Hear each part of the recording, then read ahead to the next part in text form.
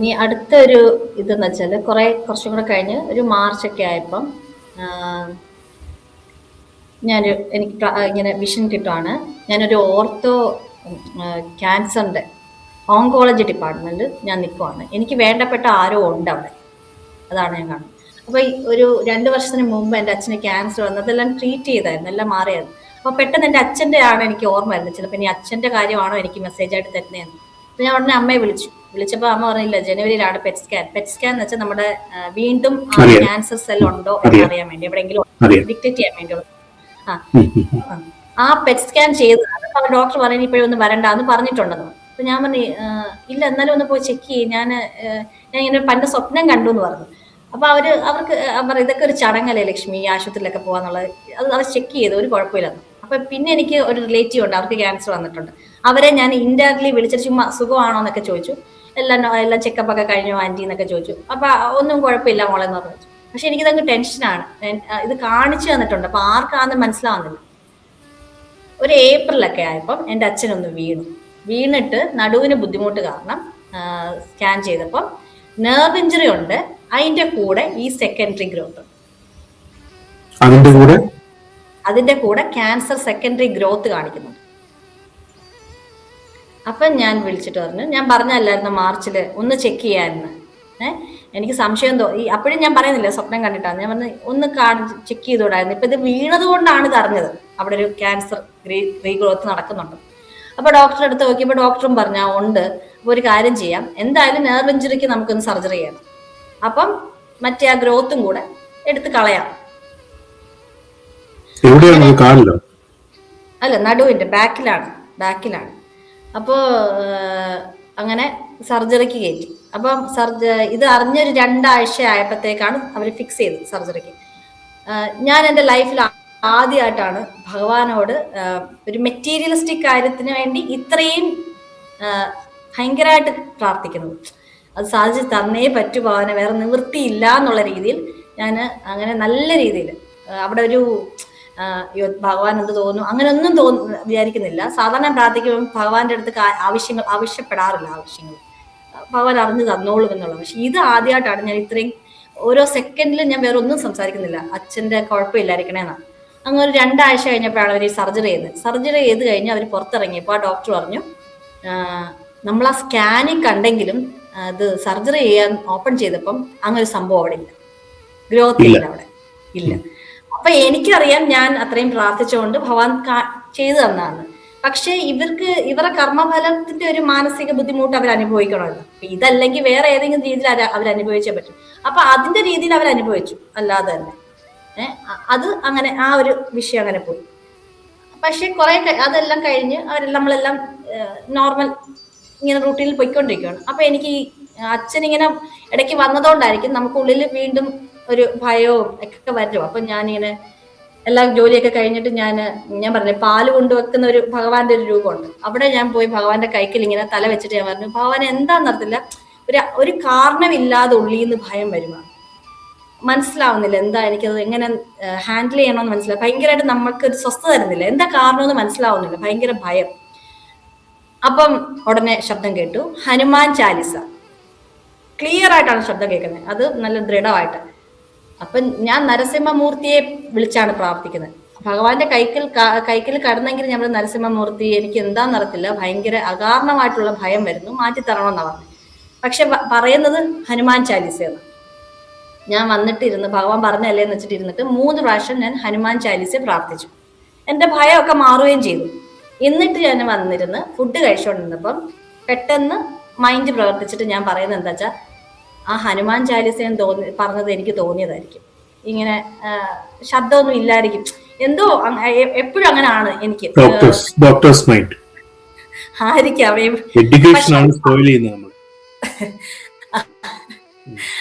ആ സെക്കൻഡിൽ എനിക്ക് എവിഡൻസ് വരും. ഞാൻ അങ്ങനെ ഡൗട്ട് ഇടുമ്പോ തന്നെ എനിക്ക് എവിഡൻസ് വരും. ഉടനെ ഞാൻ പറഞ്ഞ പോലെ എത്രയോ നാളായിട്ട് മെസ്സേജ് ചെയ്യാത്ത ഒരാൾ മെസ്സേജ് അയച്ചു. അത് ഞാൻ ജിനുവിന് അയച്ചു തരാം. ജിനു ഇത് പറയുമ്പം അതിൽ പോസ്റ്റ് ചെയ്താൽ മതി. വരുന്നത് എന്താന്ന് വെച്ചാൽ, നരസിംഹമൂർത്തിയുടെ രൂപം, അതിന്റെ മുമ്പിൽ കൈ തൊഴുതോടെ നിൽക്കുന്ന ഹനുമാൻ സ്വാമി.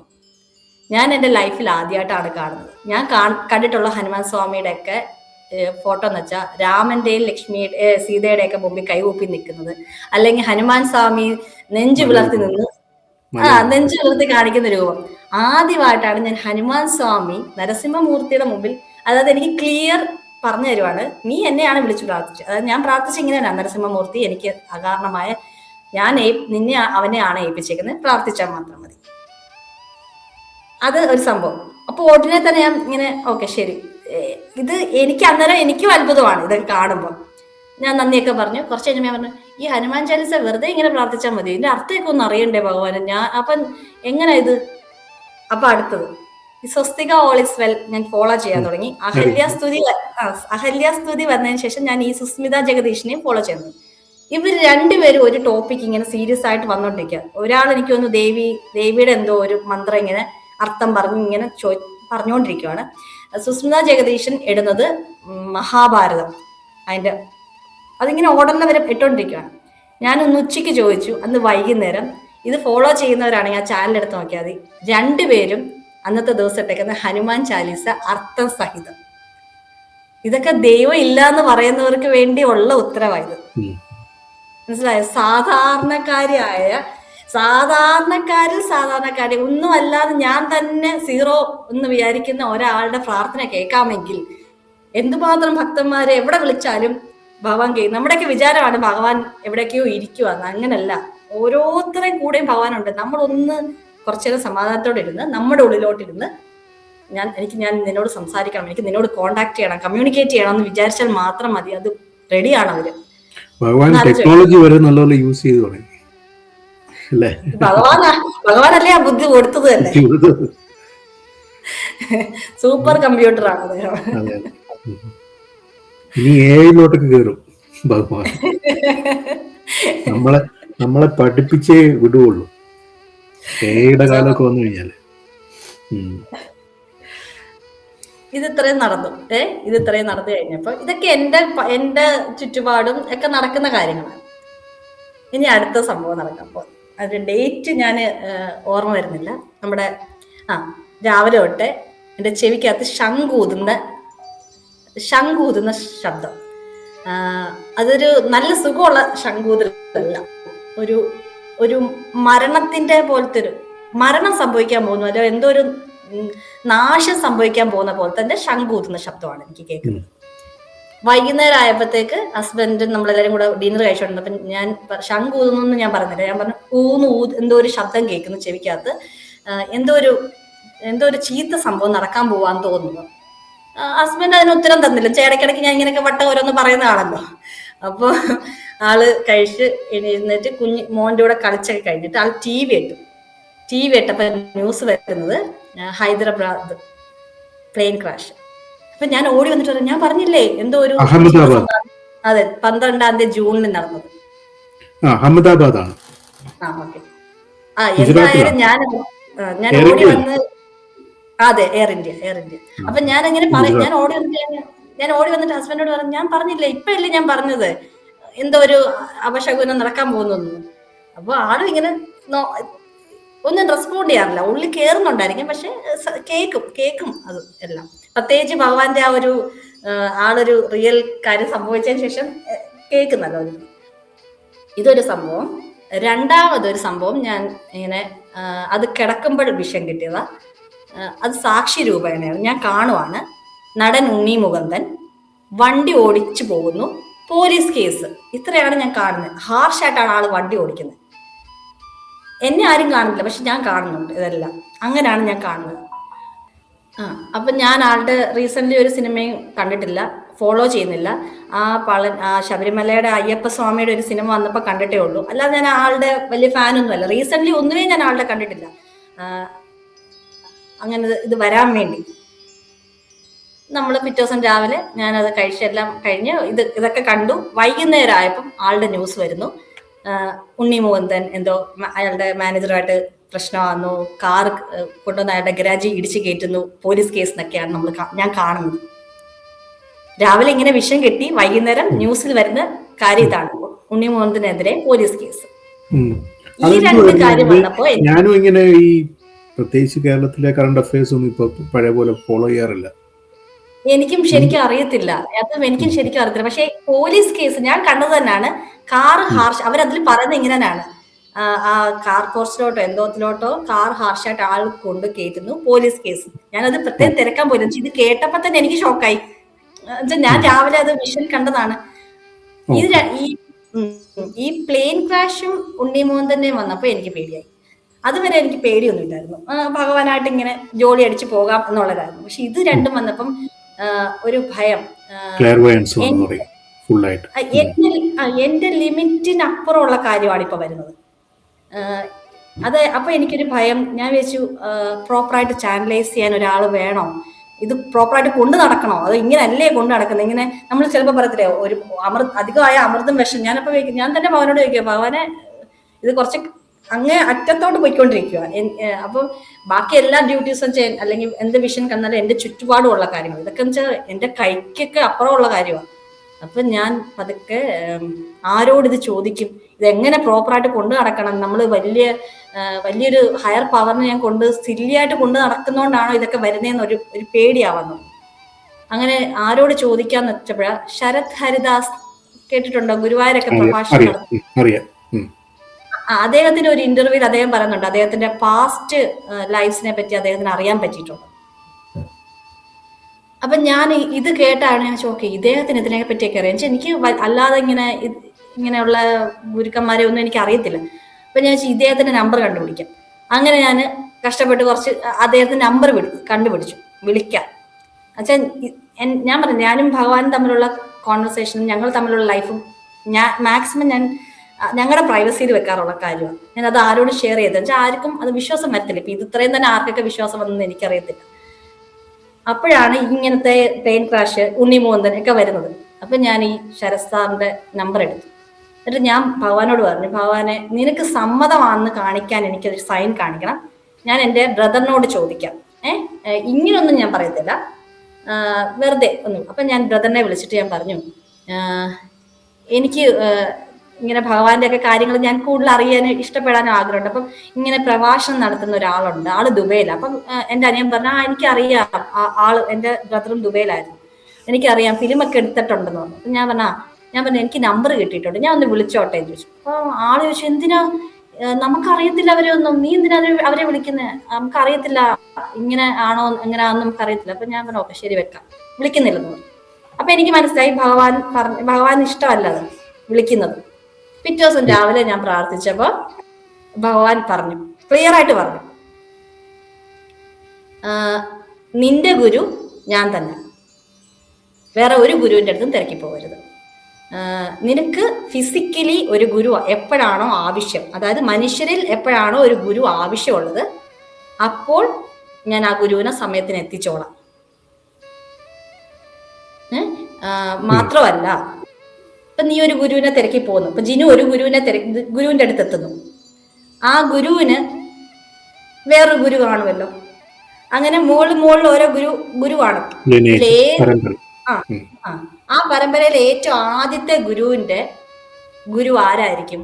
ഈ ദൈവീക ശക്തിയുടെ, അതായത് എന്റെ തന്നെ ഏതെങ്കിലും ഫോം ആയിരിക്കും, ഡിഫറെന്റ് ഫോം ആയിരിക്കും. അപ്പൊ അതുകൊണ്ട് നീ ഒരു ഗുരുവിനെ തിരക്കി പോകണ്ട, ഞാൻ തന്നെയാണ് നിന്റെ ഗുരു എന്നാണ് എനിക്ക് മെസ്സേജ് കിട്ടിയത്. അതോടെ ഞാൻ വേറെ ആൾക്കാരെ തിരക്കുന്നങ്ങ് നിർത്തി, വേറെ ഗുരുക്കന്മാരെയൊക്കെ തിരക്കി പോകുന്നത് നിർത്തി. അത് കഴിഞ്ഞപ്പം ഒരു ദിവസം ഞാൻ പ്രാർത്ഥിച്ചുകൊണ്ടിരിക്കുവാണ്, എനിക്കൊരു വിഷൻ കിട്ടി, ഇമേജ് ആയിട്ടാണ് കിട്ടുന്നത്. ഇതെങ്ങനെയാണെന്ന് വെച്ചാൽ, തലയിലൊരു കാവി കെട്ടുണ്ട്, ഒരു ജുബ്ബ ഇട്ടിട്ടുണ്ട്, കാവി ജുബ്ബ, ഒരു കാവി മുണ്ടാണ്, ഒരു കാലെടുത്ത് മറ്റേ കാലിൽ വെച്ചിട്ടുണ്ട്. ഇദ്ദേഹത്തെ പറ്റി ഞാൻ പഠിക്കണം. ഏതോ ഒരാളാണ്, എനിക്കറിയത്തില്ല. അപ്പം ഞാൻ എഴുന്നേറ്റിട്ട് ഞാൻ ഉടനെ തന്നെ ഭഗവാനോട് ഇങ്ങനെ പറഞ്ഞത്, എനിക്ക് നമ്മുടെ രണ്ടുപേരുടെ ഇടയ്ക്ക് ഒരാൾ വേണ്ട, വേറൊരാൾ വേണ്ട. ഭഗവാൻ തന്നെ പറഞ്ഞു, നീ തന്നെ, നിന്റെ ഗുരു ഞാൻ തന്നെ, അതിന്റെ ഇടയ്ക്ക് വേറെ ആരും വേണ്ട. അപ്പൊ ഗുരുക്കന്മാരെ എനിക്ക് വിശ്വാസവും ഇല്ല. ഇങ്ങനെ തന്നെ ഞാൻ പറയാം, എനിക്ക് ഗുരുക്കന്മാരെ എനിക്ക് വിശ്വാസം ഇല്ല. ഒന്നാമത്തെ കാര്യം, ഞാൻ ഭഗവാനെ പഠിച്ചു വരുന്ന പോലും എൻ്റെ ഒരു 10-30 വയസ്സായപ്പോഴാണ്. പിന്നാണ് അപ്പൊ എനിക്ക് ഗുരുക്കന്മാരുമായിട്ട് യാതൊരു കണക്ഷനും ഇല്ല, അതുകൊണ്ട് എനിക്ക് പഠിക്കാൻ താല്പര്യമില്ല, ഇങ്ങനെ തന്നെ പറഞ്ഞു. അപ്പൊ ഭഗവാൻ ഉടനെ പറഞ്ഞു, ഇല്ല, ഇതുപോലുള്ള ഗുരുക്കന്മാര് കാരണമാണ് പ്രപഞ്ചത്തില് ഞാനുണ്ട് എന്ന് മറ്റുള്ള ആളുകളെ അറിയിച്ചത്. അതുകൊണ്ട് പഠിച്ചേ പറ്റും. അപ്പോൾ എനിക്ക് ടൈം ലിമിറ്റ് ഉണ്ട് കേട്ടോ പഠിക്കുന്നതിനൊക്കെ. എനിക്ക് താല്പര്യമില്ലാത്തതുകൊണ്ടായിരിക്കും ഞാനത് വിട്ടു. പിന്നെ എനിക്ക് അറിയത്തില്ല, ഞാൻ ഇദ്ദേഹത്തെ ഞാൻ കണ്ടിട്ട് പോലുമില്ല. ഒരാഴ്ച കഴിഞ്ഞപ്പോൾ എൻ്റെ കൂടെ MBBS പഠിച്ച എൻ്റെ ഒരു ഫ്രണ്ട്, അതായത് കുറേ മനസ്സിലായി അത്രയും ബാക്കിൽ ആളെനിക്ക് മെസ്സേജ് ഇടുവാണ്. ഇദ്ദേഹം പറഞ്ഞ ഇദ്ദേഹത്തിന്റെ ഞാൻ കണ്ട ആളുടെ ഫോട്ടോ വിത്ത് അദ്ദേഹത്തിന്റെ എന്തോ ഒരു കോട്ടും ആളുടെ പേരും എനിക്ക് പേരറിയാത്തോണ്ടാണോ ഇനി അതിന്റെ കുറവുകൊണ്ട് നീ പഠിക്കാതിരിക്കണ്ട എന്നുള്ള രീതിയിൽ ആ ഇമേജ് അയക്കുക. ശ്രുതി സായിബാബ, എനിക്കറിയത്തില്ല ഇദ്ദേഹത്തെ. ഞാൻ അന്നാണ് ആ ശ്രുതി സായിബാബ എന്നുള്ള പേര് കേട്ടത്. അപ്പൊ എനിക്ക് എന്റെ ഡ്യൂട്ടിയാണ് ഇനി ഇത് പഠിക്കണം. അത് കഴിഞ്ഞുള്ള വിഷൻ അത് ഒരു വിഷയം കഴിഞ്ഞു. ഇനി അടുത്ത വിഷൻ ഇത് എഴുതി വരുവാണ്, എഴുതി ഇങ്ങനെ വരുവാണ്. ദത്താത്രേയ സ്തോത്രം. ദത്താത്രേയൻ ആരാന്ന് എനിക്കറിയത്തില്ല. ഞാനത് ആളെ പഠിച്ചു, ആരാന്ന് പഠിച്ചു. അതിനായിട്ട് സ്തോത്രം പഠിക്കണം, കേൾക്കാറുണ്ട്, പഠിക്കണം. അത് കഴിഞ്ഞ് ഇതൊക്കെ ഇങ്ങനെ പല പല സമയത്ത് നടക്കുന്ന കാര്യം കേട്ടോ. മെയിൻ കാര്യം മാത്രം ഞാനിപ്പോൾ പറയുന്നത്.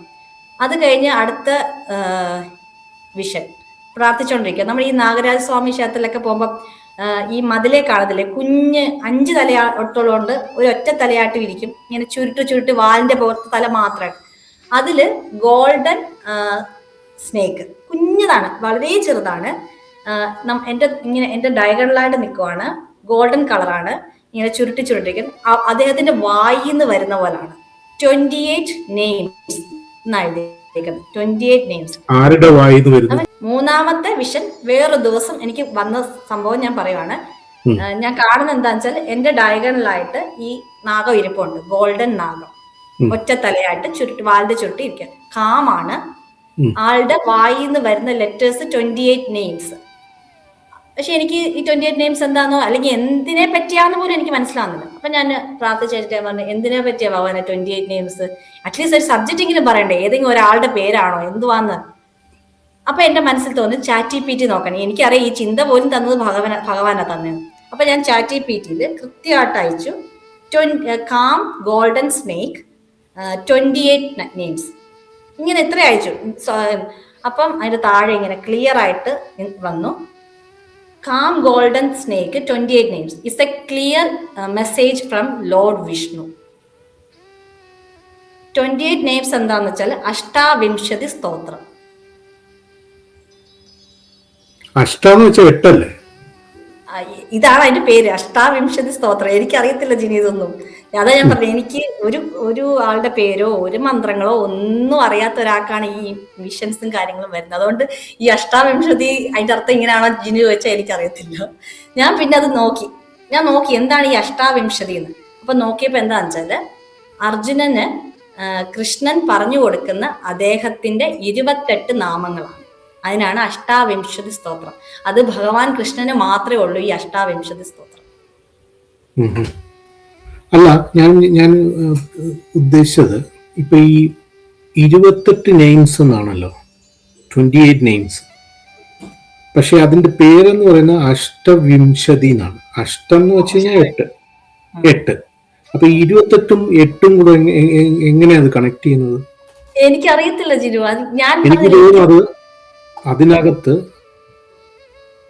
ടോട്ടലി അത് ശ്ലോകങ്ങൾ പലതും ഞാനത് വായിച്ചിട്ടില്ല.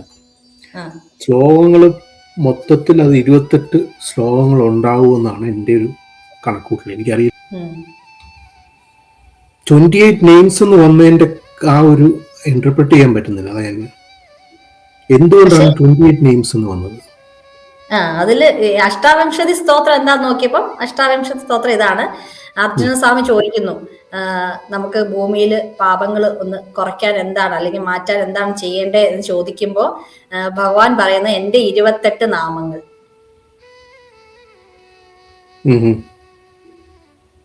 എനിക്ക് ആൻസർ കിട്ടി ലക്ഷ്മി. അഷ്ടാവിംശതി എന്ന് വെച്ചാൽ വിംശതി എന്ന് വെച്ച് കഴിഞ്ഞാൽ നമ്പർ 20 ആണ് അർത്ഥം സാൻസ്കൃതില്. വിംശതി എന്ന് വെച്ചാൽ അഷ്ടാന്ന് വെച്ചാൽ 8. ഇപ്പൊ ആ കണക്ടിവിറ്റി കിട്ടി. 28 എന്ന് വെച്ച് കഴിഞ്ഞാല് സംസ്കൃതത്തില് 20ക്ക് വിംശതി എന്നാണ് പറയുന്നത്. അഷ്ടവിംശതി എന്ന് വെച്ച് കഴിഞ്ഞാല് 28. അങ്ങനെ 28 നെയിംസ് ആണ് ഉദ്ദേശിക്കുന്നത് അഷ്ടവിംശതി എന്നുള്ളത്. അപ്പൊ കറക്റ്റാണ്, മീനിങ് കറക്റ്റാണ്. അതുപോലെ തന്നെ പഞ്ചവിംശതിക്ക് 25 എന്ന് പറയുന്നു, സപ്തവിംശതിക്ക് 27 എന്ന് പറയുന്നു, ദ്വാവിംശതി ഉണ്ട് 22. അപ്പൊ അതാണ് അതിന്റെ അർത്ഥം. എല്ലാം കണക്റ്റായി വന്നു. അപ്പൊ എനിക്ക് ആദ്യം ഈ വിംശതിയുടെ അർത്ഥം അറിയത്തില്ല, അതുകൊണ്ടാണ് ഞാൻ ചോദിച്ചത്. അഷ്ടാന്നുള്ളത് 8 മാത്രമേ ഉള്ളൂ. ഇപ്പൊ കറക്റ്റാണ്. 28 നെയിംസ് ഓഫ് ലോർഡ് വിഷ്ണു കറക്റ്റാണ്. ജിനു ഇതൊന്നും എന്റെ ലൈഫിൽ ഞാൻ കേട്ടിട്ടോ കണ്ടിട്ടോ ഉള്ള കാര്യങ്ങളല്ല.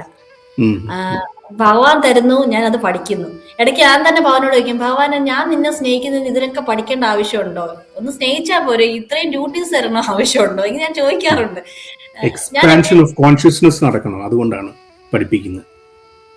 എക്സ്പാൻഷൻ ഓഫ് കോൺഷ്യസ്നസ്, അതാണ് ഹ്യൂമൻ ലൈഫിന്റെ ഉദ്ദേശം തന്നെ. അതാണ് നമ്മൾ ഒരു നിലയിലിരുന്നാൽ പോരാ, നമ്മൾ ബ്രഹ്മമായി മാറുകയാണ് ചെയ്യുന്നത്. ഓരോ ജന്മം എടുത്തെടുത്ത് എക്സ്പാൻഷൻ നടക്കണ്ടേ, അതുകൊണ്ടാണ് പഠിപ്പിക്കുന്നത്. ഞാൻ എപ്പോഴും പറയും, ഭഗവാനെ നിന്റെ വൃന്ദാവനത്തിലെ ഗോപികുമാര് നീ ജീവിച്ചതൊക്കെ അനുഭവിച്ചല്ലേ, അങ്ങനല്ലേ ഉള്ളു. അല്ല ഭഗവാൻ വലിയ സംഭവമാണെന്ന് കണ്ടിട്ടല്ലല്ലോ അവര് സ്നേഹിച്ചേ. അവരുടെ കാലിൽ ഒരു പൊടി പോലെ ഞാനും കഴിഞ്ഞോളാം, എനിക്കിതൊന്നും പഠിപ്പിച്ചു തരണം വെച്ചാൽ എനിക്കിങ്ങനെ ഭഗവാനെ സ്നേഹിച്ച് ഇങ്ങനെ പോയാൽ മതി. ആളുടെ പ്രസൻസ് ഇല്ലാതിരിക്കുന്നത് എനിക്ക് സഹിക്കാൻ പറ്റത്തില്ല. പക്ഷെ ഇങ്ങനെ ഭഗവാൻ എനിക്ക് ഓരോ ഡ്യൂട്ടി തരാറുണ്ട്. ഞാൻ പക്ഷെ ഇങ്ങനെയൊക്കെ പറഞ്ഞാലും ഞാൻ ചെയ്യാറുമുണ്ട് കേട്ടോ, അത് വേറെ കാര്യം. പിന്നെ ഇങ്ങനെ ഈ ഡ്യൂട്ടി ഇത് കണ്ടു, ഇതൊക്കെ നമ്മൾ പഠിച്ചോണ്ടിരിക്കുക. ആ സമയത്ത് റീസെന്റ് എൻ്റെ രാവിലെ എഴുന്നേറ്റപ്പോൾ തൊട്ട് എനിക്ക് ആ ബാഡ് ന്യൂസ് വരാൻ പോകുന്ന ഒരു ഫീലിംഗ്. അതായത് നല്ല രീതിയിൽ ഹാർട്ട് ബീറ്റിന്റെ സൗണ്ട് കേൾക്കാം, സ്വെറ്റിംഗ് ആണ്, റെസ്റ്റ്ലെസ് ആണ്. അപ്പൊ എന്റെ മോക്ക് ഇതിന് മുമ്പ് എന്നെ കണ്ടിട്ടുള്ള പരിചയമുള്ളതുകൊണ്ട് മോക്ക് പേടിയായി. ഇതുപോലെ എന്തോ ഒരു ബാഡ് ന്യൂസ് വരാം. അപ്പം മോള് പറയുന്നുണ്ട്, എനിക്ക് ഏറ്റവും ഇഷ്ടമല്ലാത്ത അമ്മയുടെ ഈ ഒരു സ്റ്റേറ്റ് കാണാനാണ് ഇഷ്ടമല്ലത്. വെച്ചാൽ ഞാൻ സമാധാനമില്ല ജിനു, ഞാൻ ചെയ്യുന്ന ജോലിയൊക്കെ ഒരു മൈൻഡ്ഫുൾ ആയിട്ടായിരിക്കത്തില്ല അപ്പൊ ചെയ്യുന്നത്. എന്തായിരിക്കും ആപത്ത് വരാൻ പോകുന്നത്, ഇങ്ങനെ ഒരു ടെൻഷനാണ്. അപ്പൊ വൈകുന്നേരം ആയപ്പോഴത്തേക്ക് എൻ്റെ അമ്മ വിളിച്ചിട്ട് പറഞ്ഞു, അച്ഛൻ്റെ കാലൊന്ന് തട്ടി മുറിഞ്ഞു, ഒന്ന് സ്റ്റിച്ച് ഇട്ടെന്ന് പറഞ്ഞു. അപ്പത്തേക്ക് ഇതെല്ലാം നോർമലായി. അപ്പൊ എനിക്കറിയാം ഈ ഒരു ചെറിയ മുറിവിനൊന്നും എനിക്ക് ഇങ്ങനത്തെ പ്രശ്നം വരത്തില്ല, ചെറിയ കാര്യങ്ങൾക്കൊന്നും എനിക്ക് ഇങ്ങനത്തെ പ്രശ്നങ്ങൾ വരാറില്ല. അപ്പൊ ഞാൻ ഇങ്ങനെ ഭഗവാന്റെ അടുത്ത് പറഞ്ഞു, ഇത് ചെറിയ കാര്യം, അപ്പൊ വേറെ എന്തെങ്കിലും കാണും, ഇവര് പറയാത്തായിരിക്കും. അപ്പൊ രാവിലെ ഞാൻ വീണ്ടും വിളിച്ച് ഞാൻ ഇതുപോലെ അമ്മയോട് ചോദിച്ചപ്പോൾ അമ്മ പറഞ്ഞു, അല്ല കുറച്ച് വലിയ മുറിവായിരുന്നു, പക്ഷെ നഖത്തേലാണ്, നഖം അവർ വലിച്ചൂരി, അതും ലോക്കൽ അനസ്തേഷ്യ ഒന്നും കൊടുക്കാതാണെന്ന് പറഞ്ഞു. ആ ആള് ഗോ ത്രൂ ചെയ്യുന്ന പെയിനാണ് ഞാൻ പകല് മൊത്തം അനുഭവിക്കുന്നത്. അപ്പൊ ഞാൻ ഇതുവരെ ഞാൻ ഭഗവാൻ എനിക്ക് ഡ്യൂട്ടിയും കാര്യങ്ങളൊക്കെ തരുമ്പോൾ ഞാൻ സാധാരണ ക്വസ്റ്റ്യൻ ചെയ്തിട്ടില്ല, എന്തുകൊണ്ടാണ് എന്നെ സെലക്ട് ചെയ്തത്, അല്ലെങ്കിൽ എന്തുകൊണ്ടാണ് ഞാൻ ഈ ഡ്യൂട്ടീസ് ചെയ്യേണ്ടത്. ഞാൻ അങ്ങ് ചെയ്യുന്നത്. ഒരിക്കലും ഞാൻ ഭഗവാനോട് ക്വസ്റ്റ്യൻ ചെയ്തിട്ടില്ല. ഞാൻ എപ്പോഴും വിചാരിക്കുന്നത് എന്തെങ്കിലും ഒരു പുണ്യം കണ്ടിട്ടായിരിക്കും ഭഗവാൻ എനിക്ക് ഇതൊക്കെ തരുന്നതെന്ന് ഞാൻ വിചാരിച്ചിട്ടുള്ളൂ. പക്ഷെ ആദ്യമായിട്ട് എന്ന് വെച്ചാൽ ഈ ഒരു ഇന്റൻസിറ്റി, ആ ഒരു നമ്മൾ ആ സഫർ ചെയ്യുവാണ് ശരിക്കും. അത് ഞാൻ ഭഗവാന്റെ അടുത്ത് പറഞ്ഞു, എന്തുകൊണ്ടാണ് ഇങ്ങനൊരു സഫറിങ് എനിക്ക് തന്നേന്ന് ചോദിച്ചു. അപ്പൊ അത് പറഞ്ഞു, രാത്രി കിടന്നു. പിറ്റേ ദിവസം രാവിലെ ഞാൻ പ്രാർത്ഥിച്ചപ്പം അതിനുള്ള ഉത്തരം എനിക്ക് വിഷൻ തന്നു. 5ൽ പഠിക്കുന്ന ഒരു കുട്ടി ഇരുന്ന് പ്രാർത്ഥിക്കുവാണ്. അതായത് ഞാൻ തന്നെയാണ്, എന്നെ കാണുക, ഞാൻ തന്നെ എന്നെ തന്നെ കാണും. 5ാം ക്ലാസ്സിൽ ഞാൻ പ്രാർത്ഥിച്ചിട്ടുണ്ടായിരുന്നു. ഞാൻ പറഞ്ഞു, ഞാൻ മെറ്റീരിയലിസ്റ്റിക്കിനെക്കാട്ടിലും കൂടുതൽ പ്രാർത്ഥിച്ചിട്ടുള്ള സ്പിരിച്വൽ കാര്യങ്ങൾക്ക് വേണ്ടി. അപ്പൊ ഞാൻ ഞാൻ പ്രാർത്ഥിച്ചത്, അന്ന് ഞാൻ മദർ തെരേസയെ പറ്റി പഠിച്ച സമയമാണ്. അപ്പൊ ഞാൻ അന്ന് പ്രാർത്ഥിച്ചായിരുന്നു, മറ്റുള്ളവരുടെ വേദന എന്താന്ന് എനിക്കും അറിയണം, എന്നിട്ട് അതിനു വേണ്ടി അവർക്ക് എന്തെങ്കിലും ചെയ്തു കൊടുക്കാൻ പറ്റണം. ആ ഒരു കഴിവ് എനിക്ക് തന്നിരുന്നെങ്കിൽ എന്ന് ആ സമയത്ത്, ഒരു അറിവില്ലായ്മ സമയത്ത് ഞാൻ പ്രാർത്ഥിച്ച പ്രാർത്ഥനയാണ്. അതാണ് ഞാനിപ്പോ അനുഭവിച്ചുകൊണ്ടിരിക്കുന്നത്. ഈ ഒരു കാര്യം എന്താ വെച്ചാൽ, ഒരു ബാഡ് ന്യൂസ് വരികയെന്ന് വെച്ചാൽ അവര് കടന്നു പോകുന്ന വിഷമാണ് ഞാൻ അന്നേരം അനുഭവിക്കുന്നത്. അതുകൊണ്ട് തന്നെ ജിനു, ഞാൻ എല്ലാവരോടും പറയും, ആരെങ്കിലൊക്കെ എൻ്റെ അടുത്ത് വന്ന് പറയും, ലക്ഷ്മി ഒന്ന് പ്രാർത്ഥിക്കാവോ. അപ്പം 2 കാര്യം ഞാൻ പറയുന്നത്. ഒന്ന്, നമ്മൾ ആ ഹയർ കോൺഷ്യസും തമ്മിൽ ഇടയ്ക്ക് ഒരു മീഡിയേറ്റർ വേണ്ട, നിങ്ങൾക്ക് തന്നെ ഡയറക്റ്റ് പ്രാർത്ഥിക്കാവുന്നേ ഉള്ളൂ.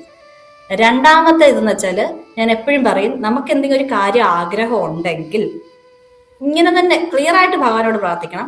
നിങ്ങൾ ഏത് നാമത്തിലാണോ ആ ദൈവത്തെ വിളിക്കുന്നത്, ആളുടെ അടുത്ത് പറയണം, എനിക്ക് ഇന്ന കാര്യത്തിൽ ആഗ്രഹമുണ്ട്, പക്ഷെ അത് എനിക്ക് കിട്ടിയാൽ നല്ലതാണോ ചീത്തയാണോ എന്നുള്ളത് ഭഗവാന് മാത്രമേ അറിയൂ. അതുകൊണ്ട് അത് എനിക്ക് ഹിതമാണെങ്കിൽ മാത്രമേ ഭഗവാനെ തരാവൂ. നമുക്ക് 100 ആഗ്രഹങ്ങൾ കാണും. ഇതിൽ ഏതൊക്കെ നമുക്ക് നല്ലത്, നമ്മുടെ കൈ കിട്ടിയാൽ അതിന്റെ സൈഡ് എഫക്ട് എന്താണെന്നൊന്നും നമുക്കറിയത്തില്ല. അത് ആൾക്ക് മാത്രമേ അറിയത്തുള്ളൂ. ഒരു അമ്മയുടെ സ്ഥാനത്തോ ഒരു അച്ഛന്റെ സ്ഥാനത്തോ എന്ത് സ്ഥാനത്തായാലും നമ്മളെ അത്രയും കെയർ ചെയ്യുന്ന ആ ഹയർ പവറിനെ അറിയത്തുള്ളൂ ആ ആഗ്രഹം സാധിച്ചു തന്നാൽ നമുക്ക് നാശത്തിനാണോ. അപ്പൊ ഞാൻ അതോടെ എപ്പോഴും പ്രാർത്ഥിക്കും, ഭഗവാനെ നിന്റെ ഹിതമാണെങ്കിൽ മാത്രമേ എനിക്കിത് സാധിച്ചു തരാവൂ. അങ്ങനെ എല്ലാവരും പ്രാർത്ഥിക്കാവൂ. ഇല്ലെങ്കിൽ ഞാൻ അനുഭവിക്കുന്ന പോലത്തുള്ള സൈഡ് എഫക്റ്റ് അനുഭവിക്കാനും റെഡി ആയിരിക്കുന്നു. ഇതാണ്. അത് കഴിഞ്ഞ് ഇങ്ങനെ മെയിൻ കാര്യങ്ങളാട്ടോ ഞാൻ പറയുന്നത്. പിന്നെ ഒരു സംഭവം എന്ന് വെച്ചാൽ ഞാൻ സാധാരണ കുഞ്ഞുങ്ങളെയൊക്കെ വിടുമ്പോൾ നമ്മൾ ദൈവത്തിന്റെ ഒക്കെ പാട്ട് കേൾക്കും. പക്ഷെ ഞാൻ കുറച്ച് ഓവറായിട്ട് ഇൻവോൾവ് ആവത്തില്ല. കേൾക്കും, ചിലപ്പോൾ ഒന്ന് മൂളും, അത്രയൊക്കെ തരുള്ളൂ. അപ്പോൾ ഒരു പ്രാവശ്യം കുഞ്ഞുങ്ങളെ സ്കൂളിൽ വിട്ടിട്ട് തിരിച്ച് വന്ന സമയത്ത് വരുവാണ്. അപ്പം ഈ സിനിമാ പാട്ട് എന്തോ കേട്ടെ, പക്ഷെ അത് ഓട്ടോമാറ്റിക്കായിട്ട് അത് തീർന്നു കഴിഞ്ഞപ്പോൾ അടുത്ത പാട്ട് വന്നത് മഹാദേവ മനോഹര എന്നുള്ള പാട്ട്. ഞാൻ അതങ്ങനെ എന്റെ സ്വരത്തിൽ പാടാൻ തുടങ്ങി. പാടി ഒരു പോയിന്റ് ഇട്ടപ്പോൾ ഞാൻ അതിൽ ശരിക്കും ഇൻവോൾവ് ആയി. അപ്പൊ എനിക്ക് ആ പ്രസൻസ് എനിക്ക് അറിയാം, ആ ഡിവൈൻ പ്രസൻസ് എനിക്ക് ഫീൽ ചെയ്തു. ഞാൻ പെട്ടെന്ന് ഡിവൈൻ പ്രസൻസ് ഫീൽ ചെയ്യും മാത്രം. ഞാനപ്പോ അതങ്ങനെ ചെയ്തപ്പം എനിക്ക് ആ ഡിവൈൻ പ്രസൻസ് ഫീൽ ചെയ്തു. പെട്ടെന്ന് ജിനു എന്റെ ടെയിൽ ബോണിന്റെ എൻഡിൽ നിന്ന് ഇവിടം വരെ ഒരു വൈബ്രേഷൻ വന്നിട്ട് ഒരു 2 കൈയിലോട്ട് ഞാൻ പെട്ടെന്ന് വണ്ടി പാർക്ക് ചെയ്തിട്ട് വെറുതെ ഞാൻ ഓം നമഃ ശിവായ ചൊല്ലിയെന്ന്. എന്താ വെച്ചാൽ അന്നേരം മഹാദേവനെയാണല്ലോ പ്രാർത്ഥിച്ചോണ്ടുന്നത്. അപ്പൊ എനിക്കൊരു വിഷയം കിട്ടിയ എന്താ വെച്ചാല്, ഒരു 2022 ഞാൻ നാട്ടിൽ പോയപ്പോൾ എൻ്റെ ഒരു ഫാമിലി ഫ്രണ്ടിന്റെ അച്ഛനെ ഞാൻ പോയി കണ്ടിട്ടില്ലായിരുന്നു.